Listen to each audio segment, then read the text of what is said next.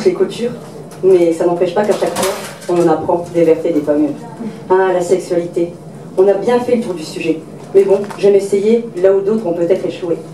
Qu'est-ce qu'on sait si on peut en parler, à part la voir à la télé, dans une publicité qui nous ferait presque mouiller?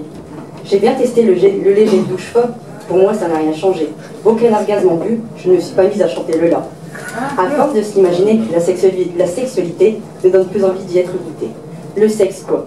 Ce n'est qu'un assemblage de sentiments profonds, si pour certains, ils arrivent vraiment à se donner à fond.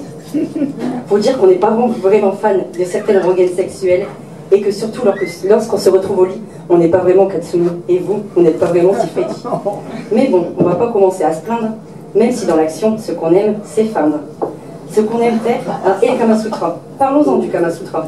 Cet ouvrage, certainement pas écrit par un sage, mais plutôt par un homme qui s'ennuyait, cherchant toutes sortes de positions, de solutions, abominations, dominations pour nous humilier. On ne va pas le nier, on a vraiment pris notre pied.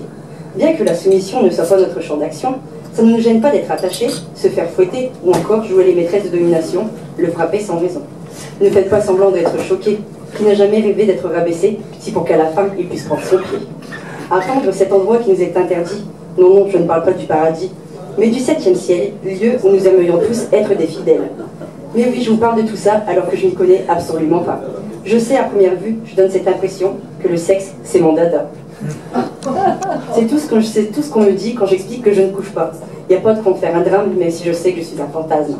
Je préfère passer pour une idiote en gardant ma petite culotte, ne pas me déshabiller devant ce mec qui n'a qu'une envie, que je me note. Mais voilà, je parle de cul pour être vulgaire. Je vais pas dire que j'en suis fière, mais bon voilà, il faut bien le faire. Parler de ma vie sexuelle qui n'existe pas, ou faire semblant d'en avoir une, juste pour pas passer pour une prune. Quand on me regarde, on imagine presque une culotte. Oubliez des culottes. Normal, je suis plus portée string, en même temps ça se voit, je suis une fille bling bling. Alors c'est bon, le yaourt Danone ne donne pas, il ne donnera jamais. Sauf qu'on a toujours essayé de nous faire trouver un orgasme dès qu'on en prend une bouchée. Arrêtons de croire qu'on est toutes des putes et que notre jeu favori s'appelle Turlute. Je ne suis pas féministe et les hommes ont toujours été et resteront des égoïstes, faisant passer leur désir au premier plan en nous laissant tout faire ou du moins faire semblant. Mais le coït me fait de l'œil, bien que je sois aussi vierge que certaines feuilles. Enfin bref, j'ai fait le tour de la question sans vraiment y trouver de solution. Mais ce qui compte vraiment, ce n'est pas de faire semblant. On peut en parler, mais surtout croire en ce qu'on fait. Car en matière de sexe, pas de solution, juste un sentiment de passion, telle une partition écrite à l'unisson.